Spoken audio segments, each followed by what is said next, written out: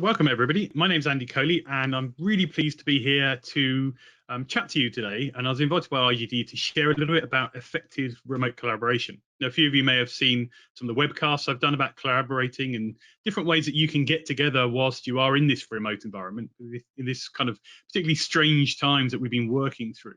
But for some of you, I guess maybe you've not even perhaps noticed the difference. You're really used to working remotely.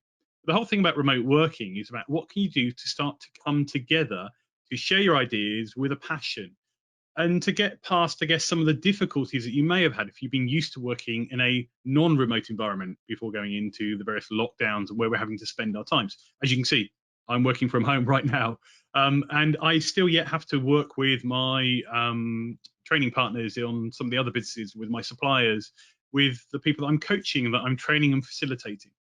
So this whole thing about remote collaboration is just something I want to share with you this afternoon over the next sort of 25 minutes plus the Q&A at the end. So my background is as a web developer, as a computer programmer. I used to work in the city, and then I've worked for myself for a very long period of time. And I've always been about what can I do to remotely collaborate and work with other people.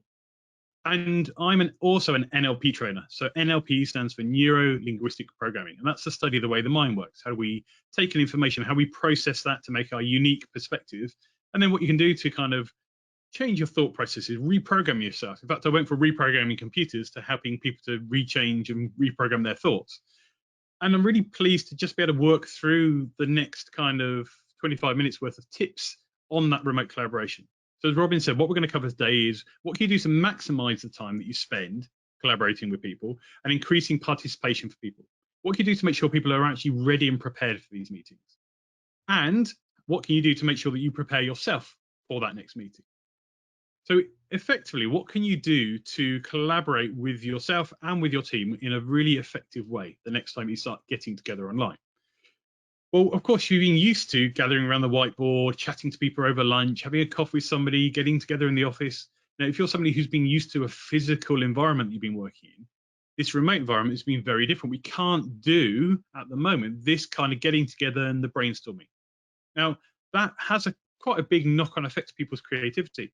I'm particularly somebody who I'm at my most creative when I'm bouncing ideas off of somebody else.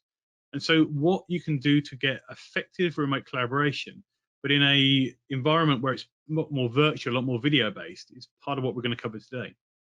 The curious thing, though, is to start to go, right, what can we do as a team to start to maintain trust, values, and teamwork? It's that trust, values, and teamwork that really digital communication doesn't actually lend itself to often, because digital communication has been one of those things that almost like, not quite second nature to some people. We're losing the body language part. We're losing all of that information that we would normally have in person. And so we're missing small non-verbal cues, and that can have a real impact on people's morale. In fact, there's a study that Harvard came up with that effectively says that because people are practicing social and physical distancing, it's important to be able to not make sure that the distance around the trust, the values, and the teamwork is being affected. So in other words, if you're not physically near each other, what can you make sure that you do to make sure that your values align, that you're able to make sure you trust the team and that you're getting that teamwork in place? So how can you do some of these things? So first of all, if your team can't be physically near each other, it's really crucial that you highlight what's important to you and your organization too.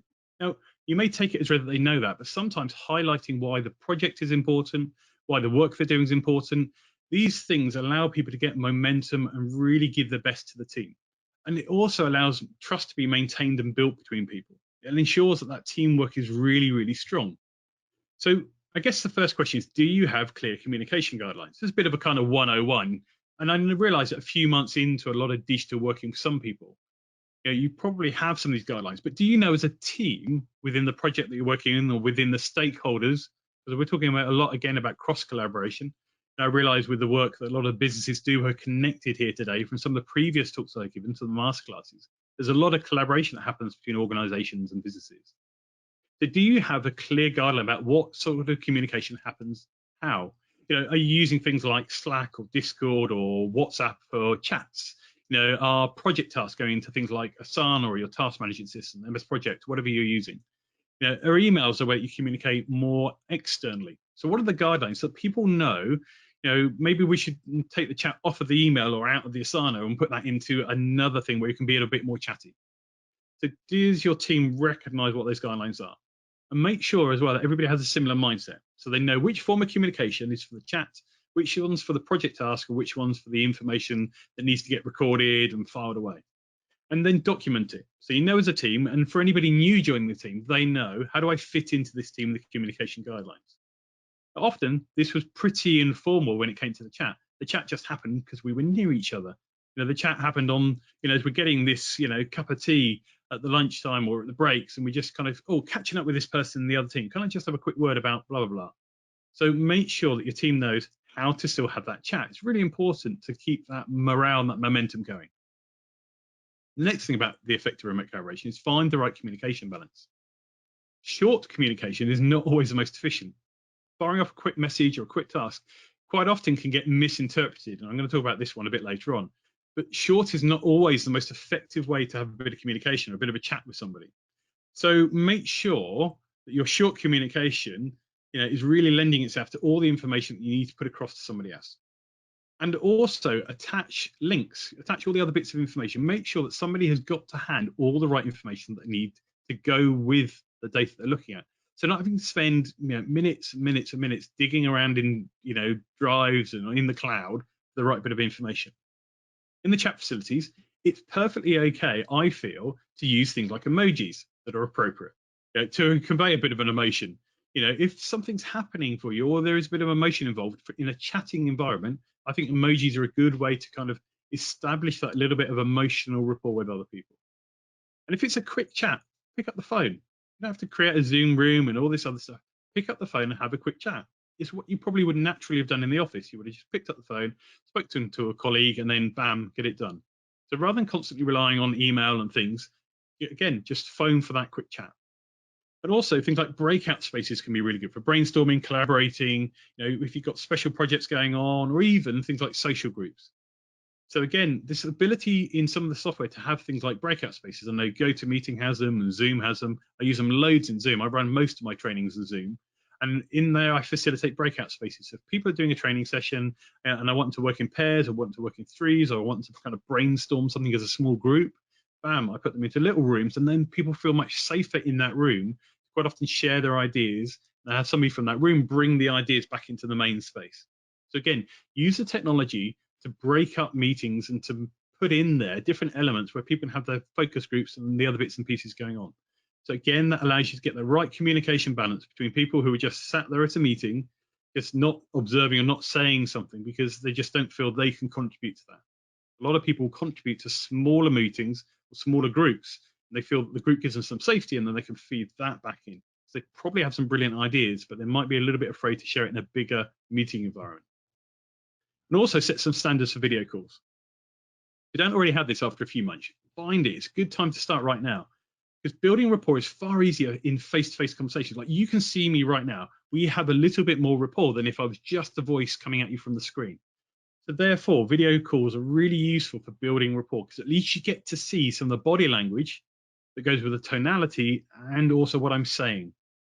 Communication is split into those three. You've got the non-verbal, has far more effect on you than you're currently aware. So that's where video calls can be great. The tonality is brilliant as well, and therefore also it finishes off with the words. If you just receive an email, it's a very different piece of communication to getting a phone call where at least you hear the tonality, which is very different to a video call. But sometimes we can get video fatigue as well.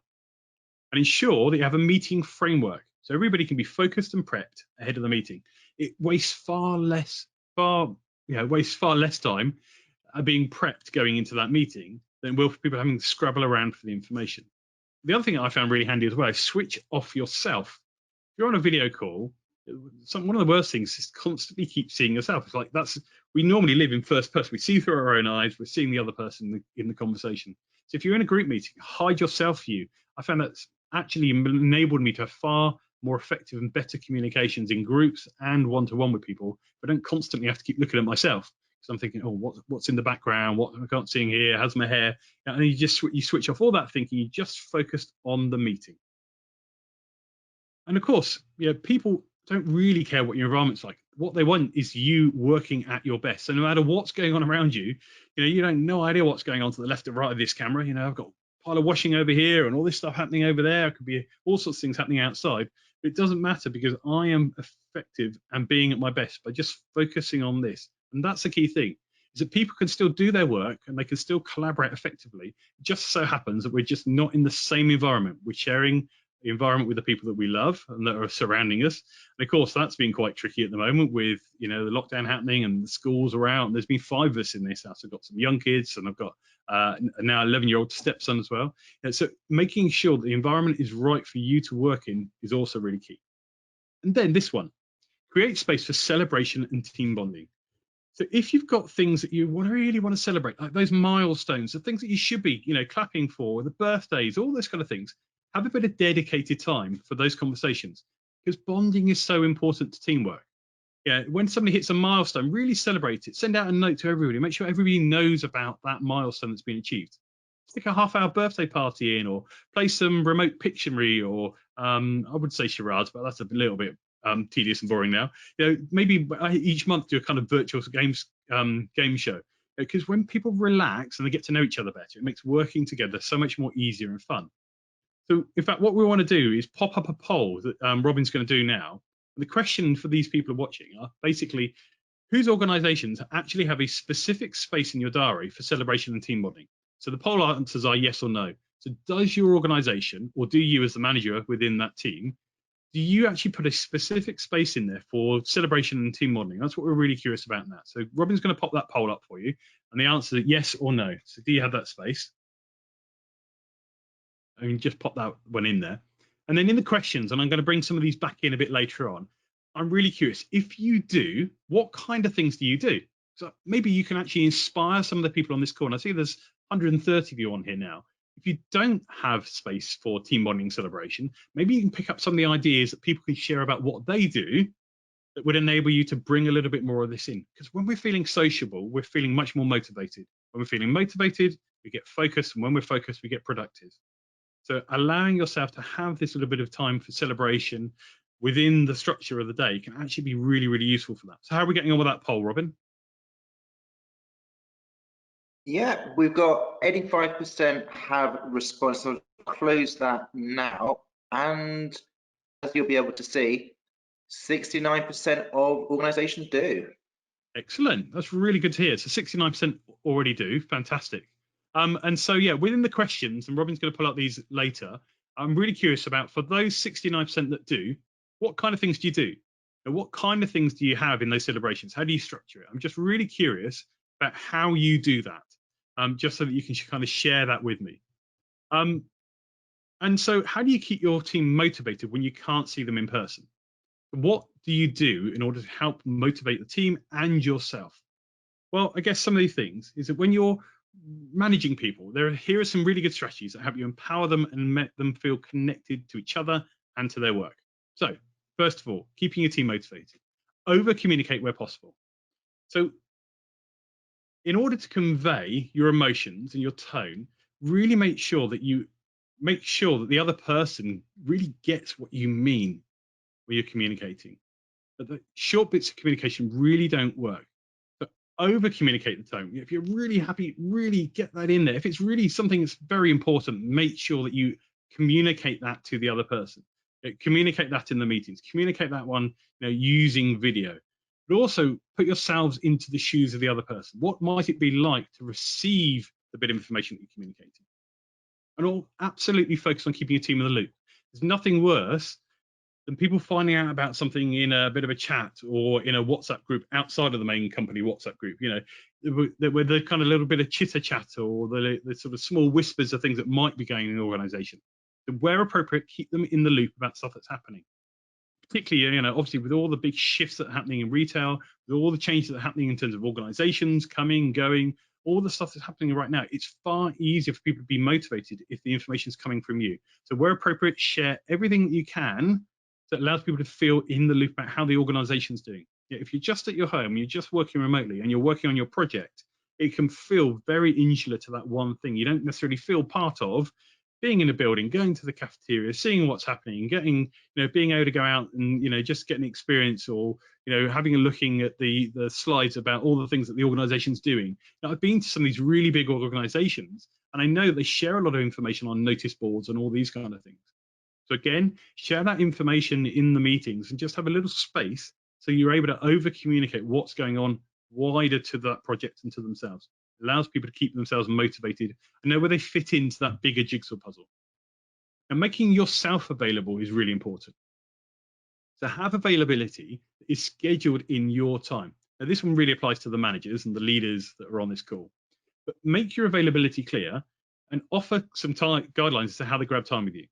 So it might be, right, just go into here and book yourself in a slot, or speak to my assistant and they can schedule in a time, 20 minutes and we'll have a catch up. And it's always first thing on a Tuesday morning and last thing on a Thursday, or whenever it is in your schedule, but schedule that time so your team is able to get hold of you at a time when they need to. I used to work at IBM and I had a really fantastic manager who always made herself available. Again, if the door was open, you could go in there any time, but there were particular times when she was really made herself available for teams or for groups of people to be able to go in there and just pick her brains about stuff. And so that's what, make yourself available, but for people to know when those times are. For you, it helps you recognize, right, in this time, this is my team time. And if, of course, you're going to be involved in lots of different projects and other elements, you've got lots of information coming into you. So you don't constantly want to have people dribbling in and out all day, disturbing your flow. So by creating space for them, you're basically saying, my door is open. Yeah, and they can share how they feel. And it's always one about celebrating, but also about them emotionally sharing how they are, what's happening for them, how they're getting on, how are you really, what is home life like? I've heard about stuff that's happening with your mum. How is she? And so share the stuff that's appropriate, because again, it just keeps that connection going, keeps people motivated. Then they feel supported, and when they feel supported, they really have clarity on how their work impacts the rest of the team and the organization as a whole. So making yourself available at the appropriate times that are scheduled can work really effectively. And of course, prioritize face-to-face conversations. Yeah, pick up the phone if it's just a quick chat, but video gives you so much more valuable context to a conversation. As I said, there are stats to say, I think it's 55% of communication is nonverbal, 38% is tonality, 7% of the words. We can put so much ambiguity into text-based communication. Emojis help. They give a little bit of context. A wink might mean, okay, I'm not really joking. A smile means, okay, I'm happy with this. You miss so much just on text. So prioritize face-to-face conversations. They needn't take long, but you can get so much more information from that face-to-face conversation. Also, again, making sure that your team have that ability to have that face-to-face conversation. They've got the technology there to do it, that they can access that in a really simple, easy mode for themselves. And also offer some de-stress space. Transitioning to remote working, it's been really stressful for some people. I know it has been for me. I'm used to standing up in a room full of people and speaking. So therefore flipping and going and then suddenly running a workshop for 130 people, 20 people, 2 people in a remote environment means that I've got to have a very different energy level. And so therefore recognize that that has been happening for those members of your team. And even new organizations starting. Just think about anybody who's going to be coming into your organization new right now. They've not even met people in person. It's going to be it's probably a revelation when they get to physically meet people again, whatever time that is going to happen in the future. And also allow your team to share how they feel. It's okay, in order for them to be honest about it, but also sharing what's happening is a really good way of keeping the team motivated. So a couple of options for kind of good ideas to get you started. One, create channels where your team can connect. That space to de-stress. Encourage your teams to use their away and do not disturb features, and remind your teams that they're still able to use their holiday days. Yeah, I probably hold my hands up for this one. Things like half-term holidays have just disappeared, and other times when I naturally bank holidays, what are they anymore? Or even what a weekend is for when I'm working weekends and so forth. So make sure that you take time to have time off. You are more effective when you're taking that fun and relaxation time. So making sure that your team and yourself are using up your holiday days. They are there to be taken, so that you'll be able to be more effective and at your best. And allow for flexible schedules and even mental health days. School times have changed. Schools are shorter or longer, or things have changed and altered and shifted. The availability of naturally, maybe people that have been supporting us, grandparents, nurseries, all these things are completely all over the place at the moment for a lot of people. So allow the flexibility in schedules often means that people go, right, I may have less time, but I can be a lot more focused. And so therefore that focus and the support in those days when people are really struggling means that you were able to keep that team motivated. Robin, what do we have in the questions thing about how do people have those channels where they can kind of, let their hair down and connect to each other? What sort of examples came up? Okay, so we do have some options coming through. Someone has a regular tea break. It's just 15 minutes and optional, but it's an excuse to have a break and just chat to the team about what they've been up to over the weekend or whatever, no set agenda. Similarly, Brilliant. somebody at 11 o'clock and 4 o'clock, they have a virtual kitchen, which is to replace the water cooler chats. And it's non-work, talk about evenings, TV, weekend plans, etc. Someone else has Friday quizzes and bingo sessions. Not sure if that's every Friday, but that's what that person's doing. And that's what people have been happy to share. Excellent. So it sounds like sometimes there's really valuable, right, 11 o'clock, sit down, cup of tea. How's everybody? What's happening? That kind of stuff just allows a little bit of connection, because otherwise if it's just about work or just about the projects or just about this particular element that we're working on, we're missing out on all the other stuff that naturally we would use in order to build rapport with the team. So thanks for those examples. They're great little things. Just small tweaks can make those tiny tweaks can make a really big difference to the team and the motivation. So the best way to keep your team motivated is to keep them connected, encourage them to be authentic, and to show that you have and support them no matter where you all might be working from. But also remember to find your focus time. Now, I know this about remote collaboration, but I also need to remember that you need to be at your best. Now, again, I'm particularly pitching this one to the leaders, but it does apply to everybody. Remember to find your focus time. So sometimes, despite me saying you need to make sure you schedule meetings in for everybody else, you need to say no to some meetings, potentially. Because if you are meeting, just overwhelmed by your calendar, you've got multiple meetings happening at the same time, look at your priorities and balance the purpose and the outcome of the meeting. And who else is involved? Do you have to be there? Each of those meetings? Could you dedicate somebody else to go to that meeting and just feed back the key salient points to you? Do you need to go along if effectively it is just a quick catch-up call, or it's just a summary of something that maybe you could read in a much quicker form somewhere else? So look at the meetings where you can actually spare up some space in your diary to then become focused. Are there any meetings that you can say no to? Now, by the way, I'm talking about the meetings that you would have to say no to, not just the ones you'd rather skip. Because actually things like catch-up meetings and group huddles and all those kind of things can be really useful. One of the organizations that have sort of trained with me, they run a GP practice in West London. In fact, it's a nurse-led practice. So 2 nurses run this practice, and then they employ GPs to come in and work there in primary care. And what they do at the start of every day and after lunch is they have a huddle. And so the huddle is a 15, 20-minute stand-up meeting where everybody just has a quick how they're doing and anything they want to bring into the room at that moment in time. And it just goes bam, bam, bam, bam, bam in the team of, there's about 15, 20 of them. So it's everybody, reception staff, practitioners, everybody in that surgery on that day. They just have a very quick, how you getting on, what's happening in your world, anything you want to bring into it. And bam, the whole thing takes 15, 20 minutes. It's done standing up. And they do that at the start of every day and after every lunchtime. And they found that effectiveness has been so much better. The collaboration is better. The motivation is better. In fact, they are the only practice in that borough in West London, Ealing, that actually has a CQC of outstanding. So it really has made a difference for the teamwork and the work that they've been doing. So again, quick little huddles, virtual huddles, just quick little bam, bam, bam, bams can be really, really effective. Rather than having to be a big, long hour meeting, we better stick an hour in there. And problem is with hour meetings, not everybody will fill the hour because that's how long they're expecting it to take. So short meetings, quick catch-ups, how are we doing today? Anything we need to be aware of? Bam, go. And then if you need to schedule a bit more time in, you can. But those quick meetings can be really, really useful rather than the big, long ones. So effectively, is there anything you can say no to or adjust? Also segment your time. So take small breaks throughout the day. It's really important. If you're just trying to get focused, it's like the longer you're spending trying to do it, the harder it gets. It's that trying word. So set aside some specific times for non-work related activities. Even easier if you're at home. What can you do to make sure that maybe at lunchtime you get the bread ready for tomorrow morning? To go for that walk, to go and run that errand, to go and pick this thing up from the shop or the pharmacy or wherever you've got to go. Put time in to get away from the screen, get away from the work. The other thing is that your unconscious mind needs time to do its processing.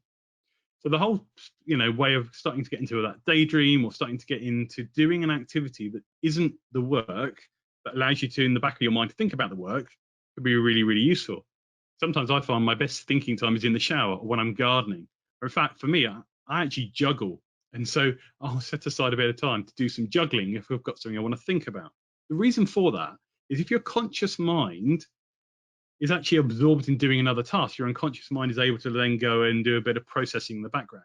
That's where you have those light bulb aha moments quite often at times when you're not thinking about stuff. So set aside some non-thinking time in order for your brain to go and do some thinking. Hopefully that makes sense.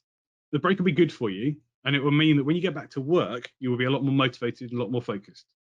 It's like the longer you spend staring at that screen, and I know this is definitely true. I used to be a coder, and so I would quite often solve my stuff in my sleep, or I'd solve it by breaking myself away from it and coming back to it. So allow yourself to do that. You get a lot more focus, and you get a lot more done by segmenting your time. The other thing, turn off the do not disturb, or turn on the do not disturb and turn off the notifications, the pop-ups, the pinging noises, the thing where you know you've got an email, the phone that's vibrating, anything you can do to block out the distractions during those certain times so you can maintain the flow and keep your head down. It means that you can take some control. So take control of those notifications. If you need to ring somebody back, it will tell you on your phone that they've rung. So therefore, ring them back when it's appropriate. If you're in a meeting at work or you're thinking about something in the work environment, quite often you have that do not disturb button. So allow yourself to be do not disturb at home. If there's a negotiation piece, you've got kids.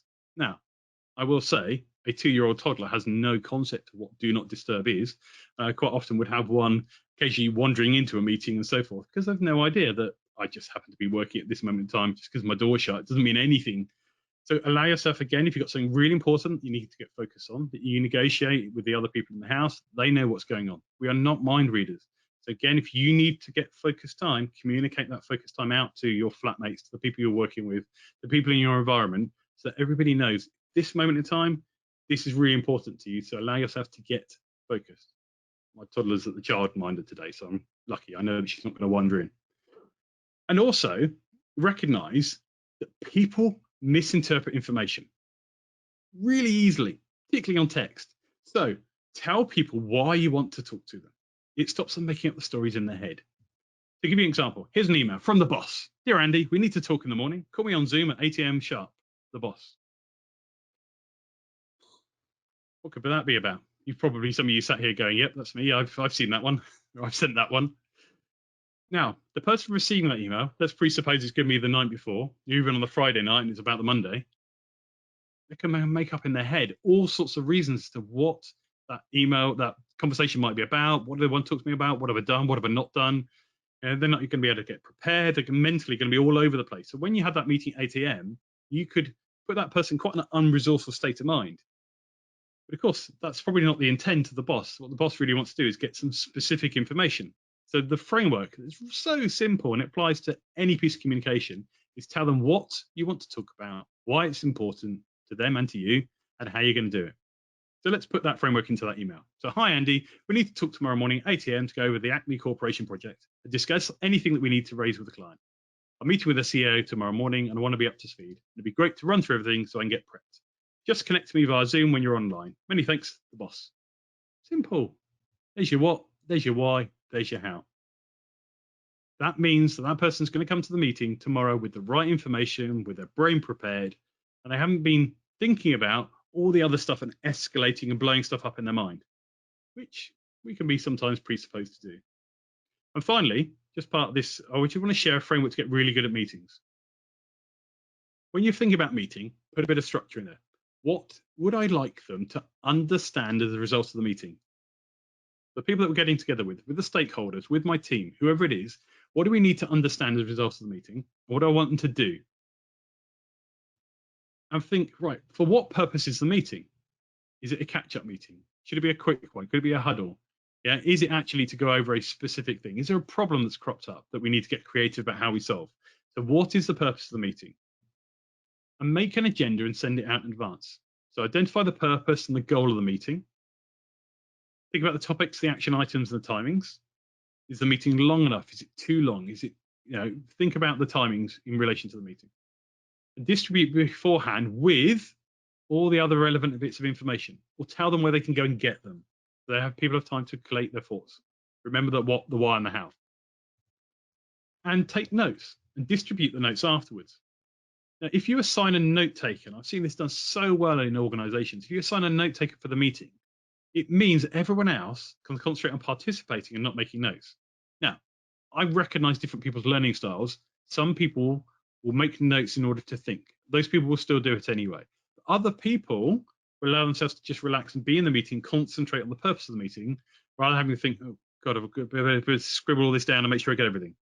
And then once you've finished the meeting, distribute the notes with anything that needs to cross-reference it against, previous meetings, other bits of information, external sources of data. So again, everybody, if they weren't at that meeting, were able to get the information together really quickly. By spending a little bit of time in the meeting, it saves so much time outside the meeting, as everybody gets a lot more effective and focused when they're recapping the purpose of that meeting, what it was about. And again, I told you this one earlier, try a stand-up or a huddle. It's really good for reoccurring meetings. It really can halve the length of time that a meeting takes by getting everybody to maybe do a stand-up. I mean, literally, they could stand up, on a Zoom call, get everybody to connect from their phone outside, in the gardens or in a park. Really creative with this stuff. And everybody just sends in that sentence what they're doing, any problems that they see, and what they've got coming up next. And it's a really good way of getting a bird's eye view, but without spending ages of time doing it. And recognize everybody's in this together. Okay? The stuff that you've been struggling with, you're honest with yourself, will be very similar to the stuff that your team have been struggling with. And they will have their own stuff in terms of parenting, being parents they've got, relationships, people they've seen or not. Maybe they've even been self-isolating over this period of time because they've not been able to get out. There's so much. We're all in this together. Whatever you can do to remotely collaborate effectively is going to mean that people feel so much more involved and connected to the organization. Changes are disorientating. So just acknowledging that fact, just redefining how do your days look like, because you can't keep doing what you've always done. Yeah, your time spent having that bit of free time traveling, having that read, getting to the office, chatting to some people, getting on with your work, getting really focused because you're in that work environment. Everything's shifted and changed. Recognize and acknowledge that fact and go, right, restructuring myself now, what can I do to be effective? And many of you will have already gone through this process, but if you haven't yet, or you're not used to remote working, just think, allow yourself to not keep comparing yourself to how you used to do it. Just go, right, what's the new me going forward right now in this environment? Knowing that everything can be shifting and you're going to be flexible for the future. So a couple of things I just want to give it a go before we go for a Q&A is I'd like you to pull up the next 3 meetings in your diary. Get your phone out or look on your computer right now. The next 3 meetings you've got scheduled today, this week, within the next month, whenever.